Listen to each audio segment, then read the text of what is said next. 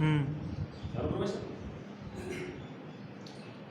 अपना जो प्रकरण है वो है संख्याओं की समझ। प्रारंभ से ही गिनते आ रहे हैं। वस्तुओं को गिनने में जिन संख्याओं का हम प्रयोग करते हैं उन्हें हम प्राकृत संख्याएं नेचुरल नंबर्स कहते हैं। इनके समुच्चय को n से व्यक्त करते हैं। n बराबर 1 2 3 4 अर्थात प्राकृत संख्याएं 1 से प्रारंभ होकर अनंत तक जाती हैं। इसके बाद अगली संख्या आती है प्राकृत संख्याओं में शून्य को यदि सम्मिलित कर दिया जाए तो बनी संख्याएं पूर्ण संख्याएं होल नंबर्स कहलाती हैं। इसे हम w से व्यक्त करते हैं। w बराबर 0 1 2 3 4 डॉट डॉट डॉट अर्थात पूर्ण संख्याएं शून्य से प्रारंभ होती हैं और अनंत तक जाती हैं। इसी प्रकार शून्य से छोटी संख्याओं को हमने ऋणात्मक संख्याएं नेगेटिव्स नाम दिया। शून्य से छोटी संख्याओं को ऋणात्मक संख्याओं को यदि पूर्ण संख्याओं में सम्मिलित करने पर बनी संख्याएं को हम पूर्णांक इंटीग्रल्स कहते हैं। पूर्णांकों को i से दर्शाते हैं। i बराबर डॉट डॉट डॉट ऋण 3 ऋण 2 ऋण 1 0 1 2 3 डॉट डॉट डॉट अर्थात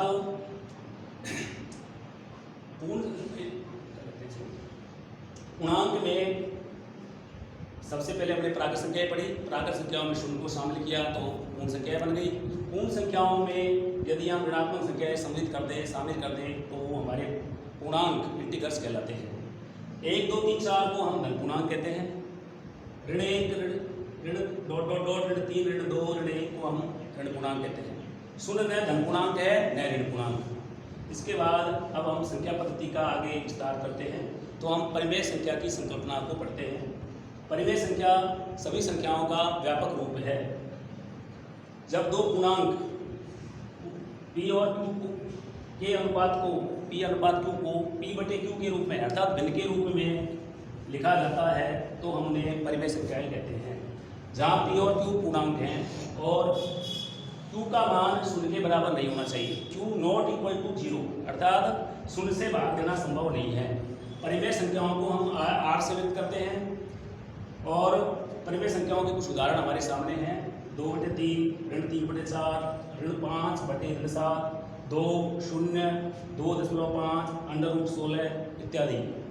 क्योंकि शून्य को 2 को भी हम 2 बटे 1 अर्थात p बटे q के रूप में लिखा जा सकता है। ये p बटे q का रूप आपके सामने है।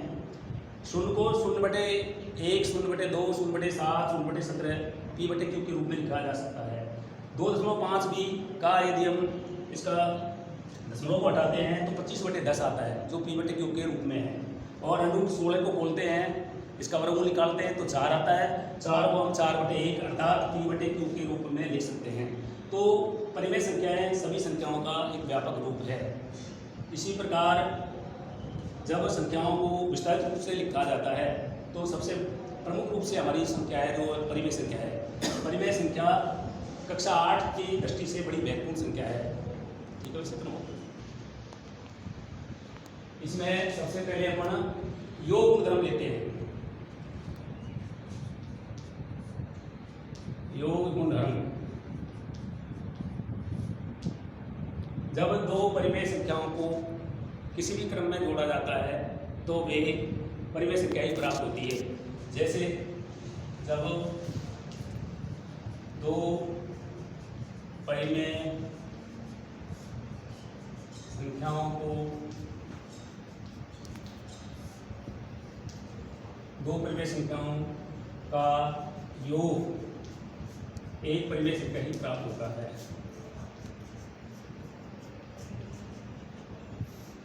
परिमेय संख्या ही प्राप्त होता है।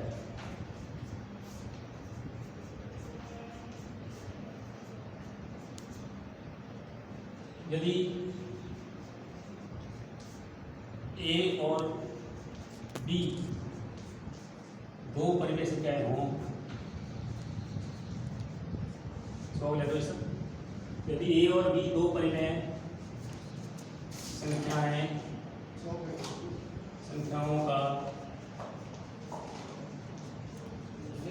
योग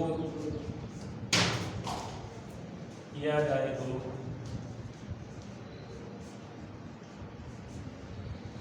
ए प्लस बी एक परिमेय संख्या प्राप्त होती है। संख्या प्राप्त होती है, अर्थात परिमेय संख्याएं योग के अंतर्गत सम्मिलित होती हैं, अर्थात परिमेय संख्याएं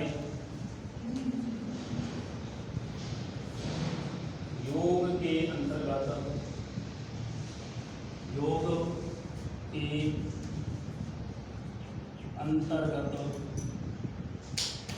सम्मिलित होती हैं।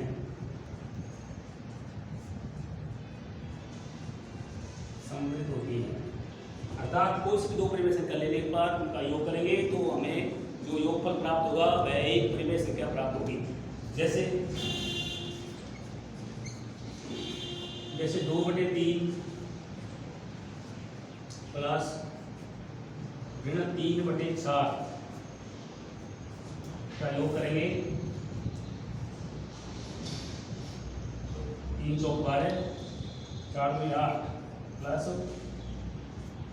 4 2 8 6 बराबर 2/12। ये भी परिमेय संख्या है।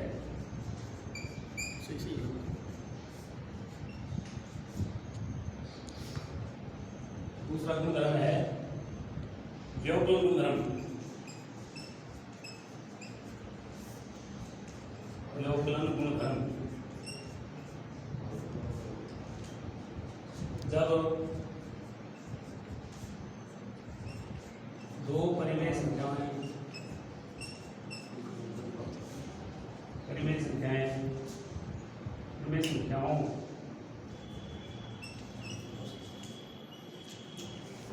संख्याओं का व्यवकलन किया जाता है,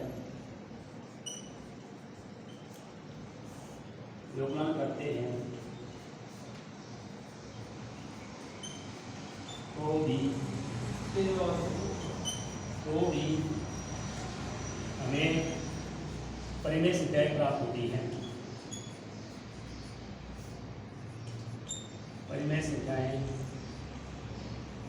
प्राप्त होती हैं।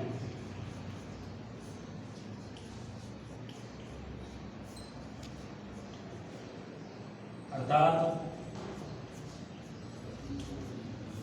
परिमेय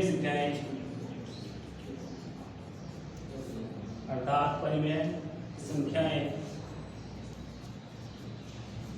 व्यवकलन के अंतर्गत सम्मिलित होती हैं।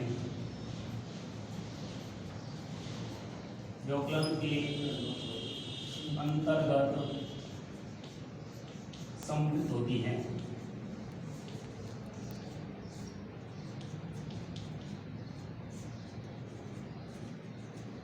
जैसे 7/5/7 माइनस 3/5 ये दो परिमेय संख्याओं का व्यवकलन है। व्यवकलन करने पर हरों का लैसे 35, 7 15 35 50 25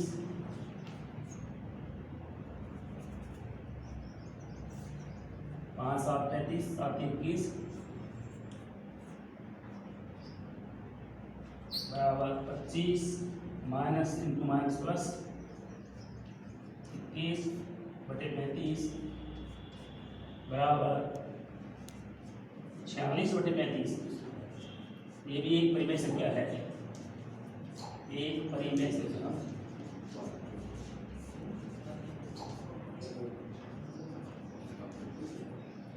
तीसरा गुणधर्म आता है अच्छा क्लास थोड़ी है, वीडियो 10 मिनट कोई को देते हैं। 8 7 आप थोड़ा स्पीड से